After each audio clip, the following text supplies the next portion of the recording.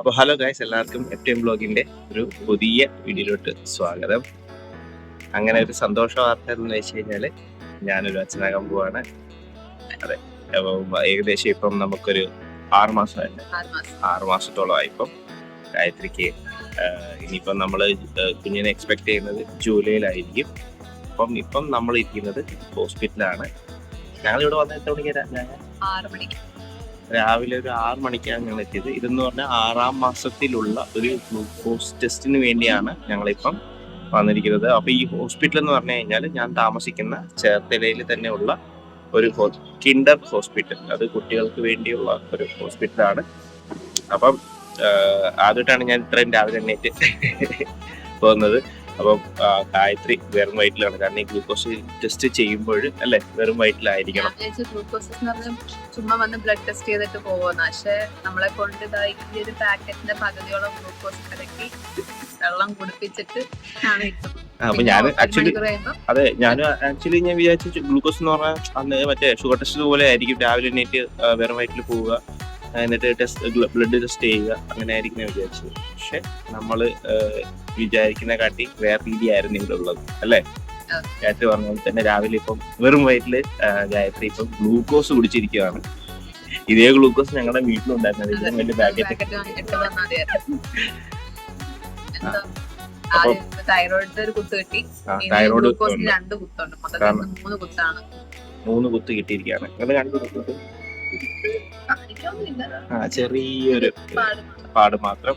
ഇപ്പം ഞങ്ങള് എന്തുവാ ഇപ്പം 8 മണിക്ക് 7:15 നമ്മള് ഫസ്റ്റ് ഗ്ലൂക്കോസ് കുടിച്ചു. ഇനിയിപ്പം 8:15 ബ്ലഡ് ടെസ്റ്റ് എടുക്കും. അത് കഴിഞ്ഞ് 9:15 ഒരു ടെസ്റ്റ്. അപ്പൊ 9:15 വരെ നോ ഫുഡ് ചലഞ്ച് ആണ് നമ്മള്.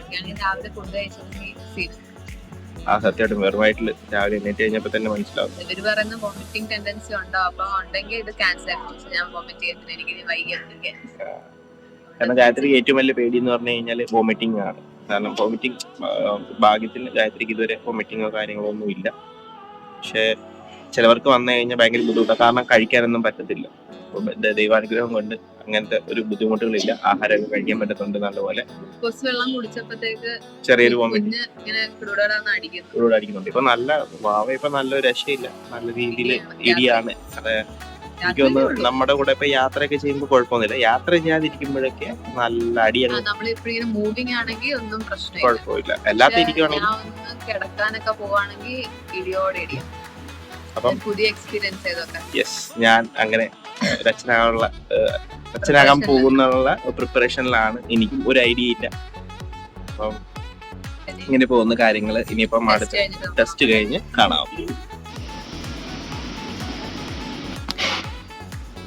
ഹോസ്പിറ്റലിൽ കിടന്നുറങ്ങുന്ന ലേഖായ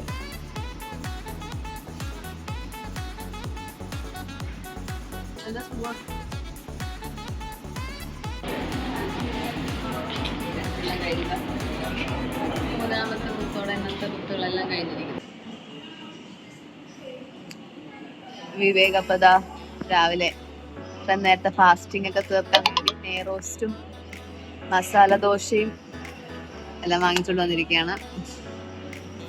നല്ല വിശപ്പുണ്ട്, പെട്ടെന്ന് പത്ത് കഴിക്കാൻ പറ്റത്തുള്ളൂ. കഴിത്ര നേരം പിന്നെ ഗ്ലൂക്കോസ് വെള്ളം കിടക്കുമല്ലോ,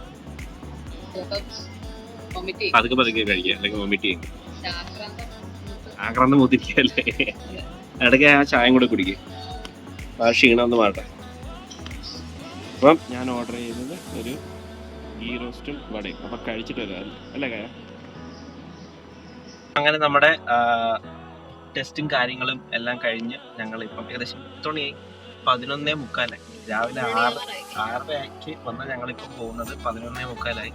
അപ്പം ചെക്കപ്പ് എല്ലാം കഴിഞ്ഞു, ഡോക്ടറെ കണ്ടു. ആദ്യമായിട്ട് ഞാൻ കുഞ്ഞിന്റെ സൗണ്ട് കേട്ടു. പക്ഷെ അതിന് മുന്നേ ഉള്ള സ്കാനിങ്ങിലൊക്കെ ചില ഹോസ്പിറ്റലിലൊക്കെ ഇങ്ങനെ കേട്ടിട്ടുണ്ട് ഞാൻ, ഇങ്ങനെ നമുക്ക് കയറാൻ പറ്റും, ഹസ്ബൻഡ്സിനൊക്കെ കയറാൻ പറ്റും. പക്ഷെ ഇവിടെ അങ്ങനത്തെ ഒരു ഓപ്ഷൻ ഇല്ല. പക്ഷെ എന്നോട് ഗായത്രി പറഞ്ഞത് അന്ന് സ്കാൻ ചെയ്തപ്പോഴത്തേക്കും നല്ല ഹാർട്ട് ബീറ്റ് എന്ന് പറഞ്ഞിട്ട് കേൾക്കുന്നുണ്ടായിരുന്നു. പക്ഷെ അത് കേൾക്കണം എന്ന് ഭയങ്കര ആഗ്രഹമായിരുന്നു എനിക്ക്, പക്ഷെ അത് കേൾക്കാൻ പറ്റിയില്ല. പക്ഷെ നമുക്ക് ആ സ്കാനിങ്ങിന്റെ ചെറിയൊരു മൂവ്മെന്റ്, ഇങ്ങനെ കരകരാന്ന് പറഞ്ഞൊരു മൂവ്മെന്റ് എനിക്കൊന്നും മനസ്സിലായില്ല. ഞാൻ ആദ്യം സ്കാൻ ഇങ്ങനെ മറ്റേ ആ സാധനം എന്തോ ഒരു ഡിവൈസ് വെച്ച് ഇങ്ങനെ വയറിലിങ്ങനെ ചെയ്തപ്പോഴത്തേക്കും ഇങ്ങനെ കേട്ടപ്പോൾ ഞാൻ ഇങ്ങനെ അറിയാതെ ഇങ്ങനെ ചിരിച്ച് സൗണ്ട് കേട്ടപ്പോൾ ഞാൻ ചിരിച്ചതാണെന്ന്. പിന്നെ അപ്പോൾ പറഞ്ഞില്ല, കാരണം രാവിലെ ഇത്രയും ഗ്ലൂക്കോസും കാര്യങ്ങളൊക്കെ ആയിട്ട് ഗായത്രി യൂറിൻ ചെയ്തിട്ടില്ലായിരുന്നു. അപ്പോൾ ആ ഒരു ഇതുള്ളതുകൊണ്ട് ആ സൗണ്ട് കേൾക്കാത്തതെന്ന് പറഞ്ഞു. ഇങ്ങനെ പിന്നെ യൂറിൻ പാസ്സൊക്കെ ചെയ്ത് കഴിഞ്ഞ് പിന്നെ വന്ന് കേട്ടപ്പോഴത്തേക്കും പിന്നെ ചെറിയൊരു കര എനിക്കൊന്നും മനസ്സിലായില്ല. അപ്പം ഞാൻ വിചാരിച്ച് കൊച്ചിൻ്റെ വല്ല സൗണ്ടാണ്, കുഞ്ഞിൻ്റെ സൗണ്ട്. മൂവ്മെന്റ് ചെക്ക് ചെയ്യുന്ന ഒരു സ്കാനിങ് ആയിരുന്നു അത്. പക്ഷെ എന്നാലും എനിക്ക് ഫസ്റ്റ് മറ്റേ ഹാർട്ട് ബീറ്റ് കേൾക്കുന്ന ഒരു സ്കാനിങ് ഉണ്ടായിരുന്നു, അത് കാണണമെന്ന് ഭയങ്കര ആഗ്രഹമായിരുന്നു. പക്ഷെ അത്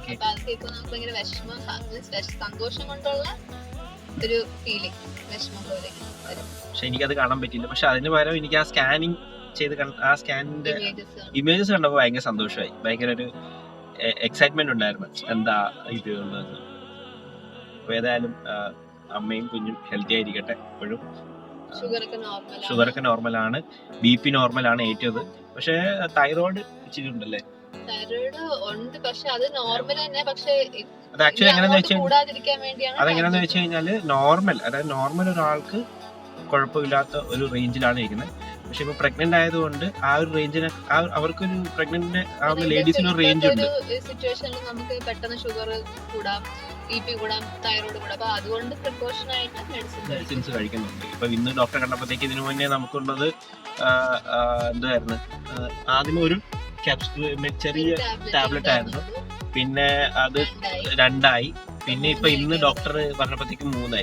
അതെങ്ങനെയാന്ന് വെച്ച് കഴിഞ്ഞാൽ അതിരാവിലെ എന്റെ മിസ്റ്റേക്ക് ആയിരുന്നു. ഞാൻ ഫുഡിന് മുന്നെയാണ് തൈറോയ്ഡ് കഴിക്കേണ്ടത്. പക്ഷെ ഞാൻ അത് കഴിച്ച ഉടനെ ടാബ്ലറ്റ് കഴിച്ച ഉടനെ ഫുഡ് പോയി കഴിക്കും. ഒരിക്കലും അങ്ങനെ ചെയ്യരുത്. കാരണം അബ്സോർപ്ഷൻ ആവാൻ കുറച്ച് സമയം എടുക്കും. അപ്പൊ ഒരു ഹാഫ് ആൻ അവർ 15 മിനിറ്റ്സ് എങ്കിലും മുന്നേ കഴിച്ചിട്ട് വെയിറ്റ് ചെയ്തിട്ട് ബ്രേക്ക്ഫാസ്റ്റ് കഴിക്കാം. അതൊരു ടിപ്പാണ്. അങ്ങനെ ആരെങ്കിലും ഇപ്പം നമ്മളെല്ലാവരും അങ്ങനെ ചെയ്യും. പൊതുവെ മിക്കവാറും ഫുഡ് കഴിക്കുന്നതിന് മുന്നേ എന്ന് പറയുമ്പോൾ കഴിച്ചിട്ട് പോയി ഫുഡ് വിളമ്പി നമ്മൾ കഴിക്കാം. അങ്ങനെ ചെയ്യരുത്. അത് ഏറ്റവും നമ്മൾ ശ്രദ്ധിക്കേണ്ട കാര്യങ്ങളാണ്. പല കാര്യങ്ങളും നമ്മൾ ശ്രദ്ധിക്കത്തില്ല. കാരണം ഈ ചെറിയ ചെറിയ കാര്യങ്ങളൊക്കെയാണ് നമ്മൾ വിട്ടുപോയിട്ട് പിന്നെ അവസാനമാകുമ്പോഴാണ് നമുക്ക് ഇങ്ങനത്തെ കുറെ ഇല്ലാന്ന് വരുമ്പോഴത്തേക്കും നമ്മളും കൺഫ്യൂസ്ഡ് ആവും. അപ്പൊ അങ്ങനെയൊക്കെ കുറെ കാര്യങ്ങൾ ശ്രദ്ധിക്കണം. കാരണം ഇവരുടെ ദേഹം ഇപ്പൊ ഭയങ്കര സെൻസിറ്റീവാണ്. കാരണം ഇവരുടെ ഇപ്പം ഈ അമ്മമാരുടെ ദേഹത്തുള്ള എല്ലാം ഇങ്ങനെ വലിച്ച് ആ കുഞ്ഞ് എടുക്കുന്നത്. അപ്പം ഇവർക്ക് അത്ര ആ സമയത്തുള്ള തട്ടല്ലേ മറ്റേ, അപ്പൊ ഇമ്മ്യൂണിറ്റി കുറവായിരിക്കും. അപ്പൊ അങ്ങനെ ഈ കുറെ അസുഖങ്ങൾ വരാൻ ചാൻസസ് ഒക്കെ ഉണ്ട്. അപ്പൊ അതിന് ഒരു നല്ല രീതിയിൽ അവർക്ക് കെയർ കൊടുക്കുക, നല്ല പ്രോപ്പറായിട്ട് ഭക്ഷണം കഴിക്കുക. അതും ഭക്ഷണം കഴിക്കുക എന്ന് പറഞ്ഞു കഴിഞ്ഞാല് അറ്റ് എ ടൈം കഴിക്കരുത്.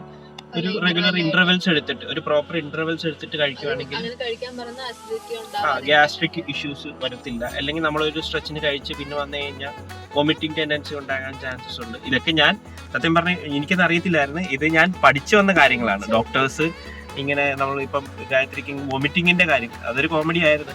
വന്ന് ഫസ്റ്റ് സ്കാനിങ്ങിന് വന്നപ്പോഴത്തേക്കും ഗായത്രി എനിക്ക് വോമിറ്റിംഗ് ഇല്ല, ബാക്കിയുള്ള വോമിറ്റിംഗ് ഉണ്ടല്ലേ. അപ്പൊ ഞാൻ ചോദിച്ചു എന്തിനാ അങ്ങനെ ചിന്തിക്കുന്നത്? കാരണം ഗായത്രിയോട് വന്ന് സംസാരിച്ച് മിക്ക ആൾക്കാരും വന്ന് അവർക്ക് വോമിറ്റിംഗ് ഉണ്ട്. ഞങ്ങള് ഒന്നും കഴിക്കാൻ പറ്റുന്നില്ല, വോമിറ്റിംഗ് ആണ്. എനിക്കാണെങ്കിൽ ഞങ്ങൾക്ക് പ്രശ്നം. അപ്പൊ എനിക്ക് ഞാൻ പ്രഗ്നന്റ് ആണോ അതോ എനിക്ക് ഗ്യാസ് ആണോ, അപ്പൊ അങ്ങനത്തെ കുറെ ഇഷ്യൂ. അപ്പൊ ഞാൻ ചോദിച്ചു അങ്ങനെ എന്താ ചിന്തിക്കുന്നത്? അപ്പൊ അവരെന്നെ ഇങ്ങോട്ട് പറഞ്ഞു മറ്റേ പ്രഗ്നൻസി ടൈമിൽ വോമിറ്റിംഗ് വരാട്ടെ ഏറ്റവും നല്ലതാണ്. സിനിമയിലും കാണുന്നത് ആദ്യം പ്രഗ്നന്റ് പറയുമ്പോ ഛർദിക്കുന്നു അല്ലെങ്കിൽ തലകറങ്ങി വീഴുന്നു. ഇത് രണ്ടും ഉണ്ടായില്ലാത്തപ്പോ ഞാൻ വിചാരിച്ചത് എനിക്ക് എന്തോ പ്രശ്നമുണ്ട്. അതിനിപ്പോ അവരെന്നെ പറഞ്ഞു, സത്യം പറഞ്ഞ അവര് പറഞ്ഞു പ്രഗ്നൻസി ടൈമിൽ വോമിറ്റ് ചെയ്യാത്ത ഏറ്റവും നല്ല കാര്യം എന്ന് പറഞ്ഞു കഴിഞ്ഞാൽ വോമിറ്റ് ചെയ്ത് കഴിഞ്ഞാൽ പിന്നെ പാവം ഒന്നും കഴിക്കാൻ പറ്റത്തില്ല.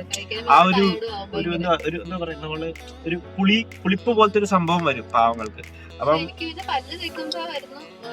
അതുണ്ടാവും, അത് ജനറലി ഉണ്ടാകുന്ന ഒരു സംഭവമാണ്. ഇപ്പൊ അങ്ങനെ അത് പക്ഷെ നിങ്ങളിപ്പോ ആ പല്ല് തേച്ചില്ലെങ്കിൽ അതൊന്നും കുഴപ്പമൊന്നുമില്ല. കാരണം നിങ്ങളുടെ സിറ്റുവേഷൻ ആർക്കും അതാ പറഞ്ഞത്. ഇപ്പൊ നിങ്ങളുടെ ഇതായിട്ടുള്ള ബുദ്ധിമുട്ട് നിങ്ങൾക്ക് മാത്രമേ മനസ്സിലാകത്തുള്ളൂ. അപ്പൊ വേറെ ആരെ എക്സ്പ്ലെയിൻ ചെയ്ത് കഴിഞ്ഞാൽ അവർക്ക് മനസ്സിലാകത്തില്ല. അപ്പൊ വലിയൊരു കാര്യമാണ്. അപ്പം ഇതൊക്കെയാണ് ഇന്ന് നടന്ന കുറെ കാര്യങ്ങൾ. സ്കാനിങ് ഇതിനു മുന്നേ നമ്മൾ കുറെ സ്കാനിങ് ഒക്കെ ചെയ്തു. പക്ഷെ അപ്പോഴൊക്കെ വീഡിയോ എടുക്കണമെന്ന് ഭയങ്കര ആഗ്രഹമായിരുന്നു. പക്ഷെ എന്താണ് എങ്ങനെയാണ് ഇല്ലായിരുന്നു.